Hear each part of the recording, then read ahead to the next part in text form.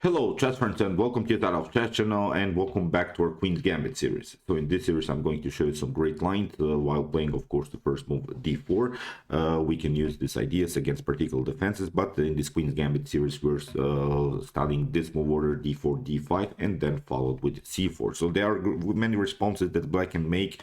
There are many sidelines of particular openings that Black can choose, and I think in this series we'll have also some great preparations here for Black. Today we're continuing again with our battle against the Slav Defense, against the semi-Slav setup that I've explained in my previous videos, and today with a similar line like in my previous video. So please, in order to get a better understanding of this particular video, watch this series from the beginning, so part 1, part 2, part 3, and so on. And my recommendation in the previous videos was to simplify the position in the center by trading off the pieces with c takes d5. It leads now, I think, into a more positional battle, but I think you can have really, from White's perspective, a comfortable game. In this particular video, I am going to show you also some great opportunities here for Black. Black can also, I think, use this line in order to get out of some tactical and positional problems in the Slav defense, in the semi-Slav setup that I said. So here we started, of course, to move d4, d5, c4, c6, the Slav, and after knight to f3, we have, of course, here to move knight to f6, knight to c3, and we're studying again this semi-Slav setup. My recommendation, like in the previous videos, was to simply undermine the pressure in the center, trading off the pawns.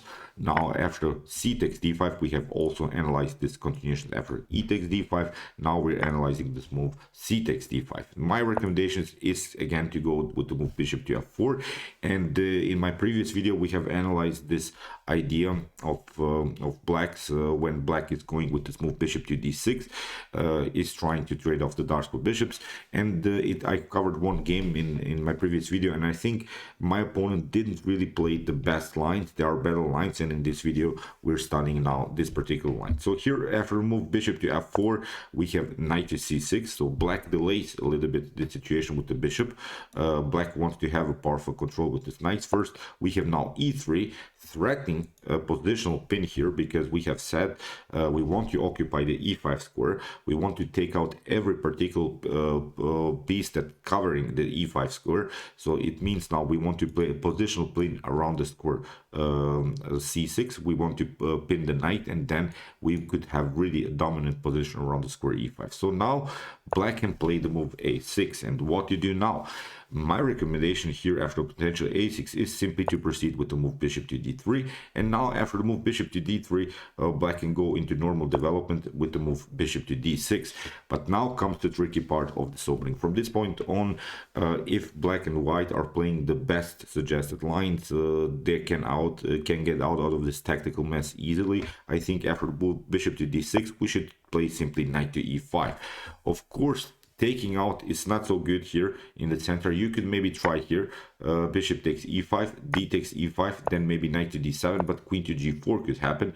There is now this aggressive line. If you play for instance knight takes e5, then we could go simply queen takes g7, knight takes d3, queen to d2, and now the rook has to move, and we could take out now the knight. The game rook has to move to f8. Now we could simply take out the knight with king to d3. It's still a complicated, really complicated game, but I think it's playable for both sides. Although White's king is in the center, there are several dots for problems that Black has also to solve. Black king is also endangered, so it's here, I think, a much better position for White. So, but Black, after let's go back after the move here bishop knight to e5, doesn't have to take out in the center, can really play the move queen to c7. The move queen to c7 is, I think, a great choice here for Black, because if you take now knight takes c6, we can go simply b takes c6 or bishop takes f4. After potential b takes c6, the problem for White here in this particular scenario is that White hasn't castled, and now suddenly I think Black could find a great way to break through with the move c5. So that's why you have to be, I think, familiar with this particular line. After move queen to c7, now simply to castle, and it seems so. that you have lost a little bit the battle around the square e5, but it leads now into a very, very tactical and complicated line, which I think you have to be really familiar with, because after knight takes e5, we have d takes e5. Now bishop to e5 could happen, but you have this intermediate check. Bishop to d7 seems like a dangerous idea because everything is hanging, but now you could have this one. This is a great move, I think, here for white. In the continuation of the game, black could maybe take. We have bishop to b5, king has to move, and now we can play further attack, queen to a3. The king has to be cornered here on g8, and now even proceed here with the move rook to c1. Queen to b8 is basically a forced move, and now after bishop to e5, here I think white has an equal game.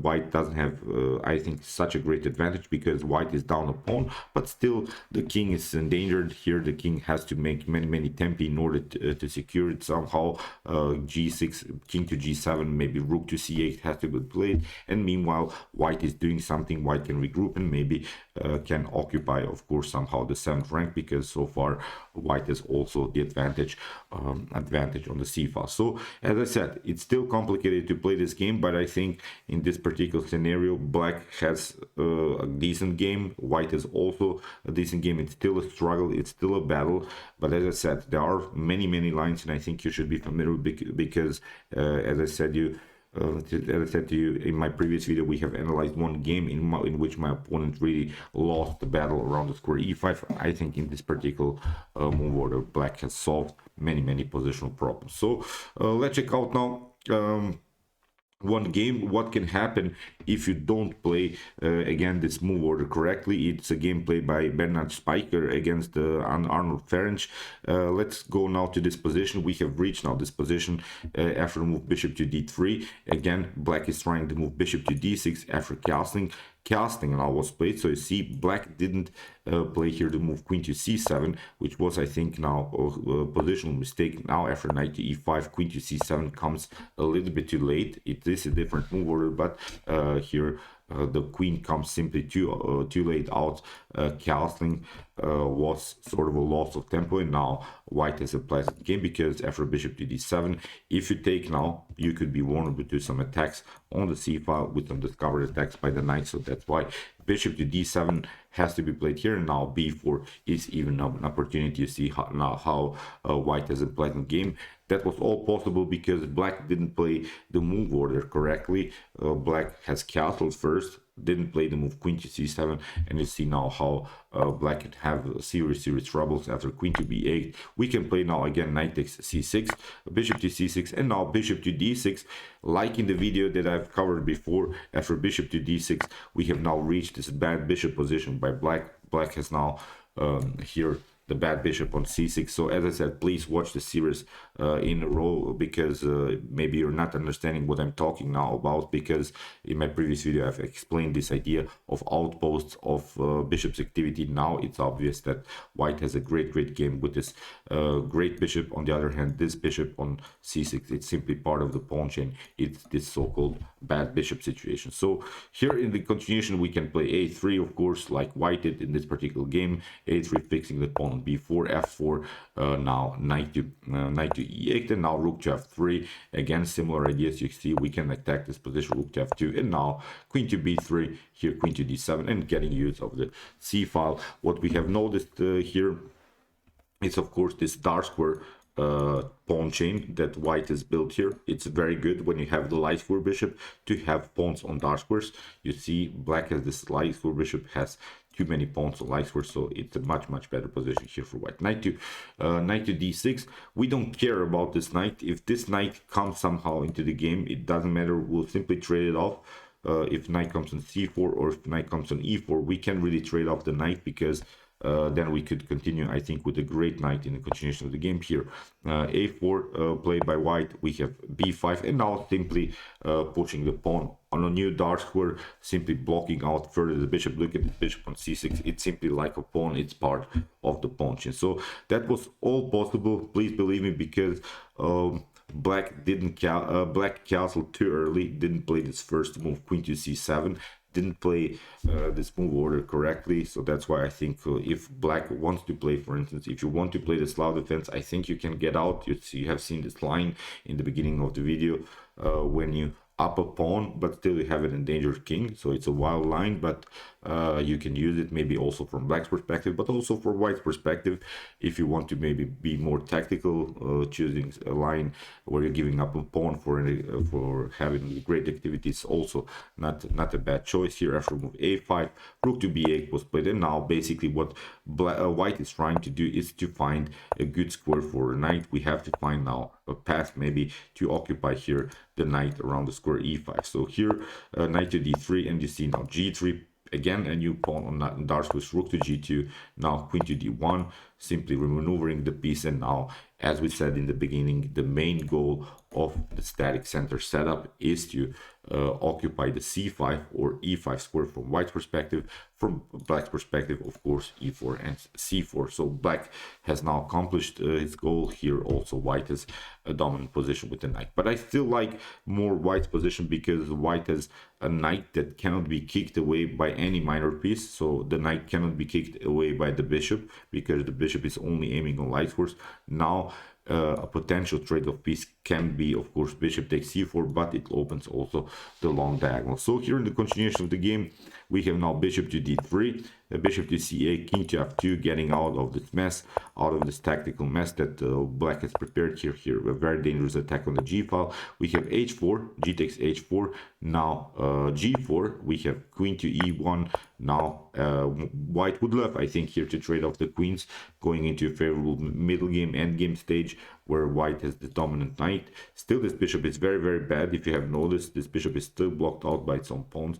So here, after king to d2, we have bishop to d1, we have knight to c4, king to d3, here rook to h1, and now, again, after a couple of maneuvers, again, white wants to simplify the position. We have e takes f4, rook takes h3. We have here a very nice move also by black, but it's a little bit too late. Here rook takes h8. We have king to h8, and now king to c3. So the game is really, really wild.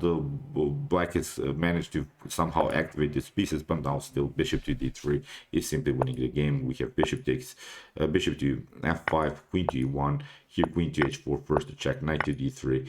So I don't want to show you really this game from this tactical point of view, what's going on the board. Why is this one better? Why is this one better? I think we have seen this simple strategies of this openings here after queen to g4, king to f7, and queen to f5. In this position, black resigned. So really, really good game. I will show you this game in the description below, so you can maybe analyze it with some more Stockfish engines and similar stuff, with some more computer relations, what's really going on the board.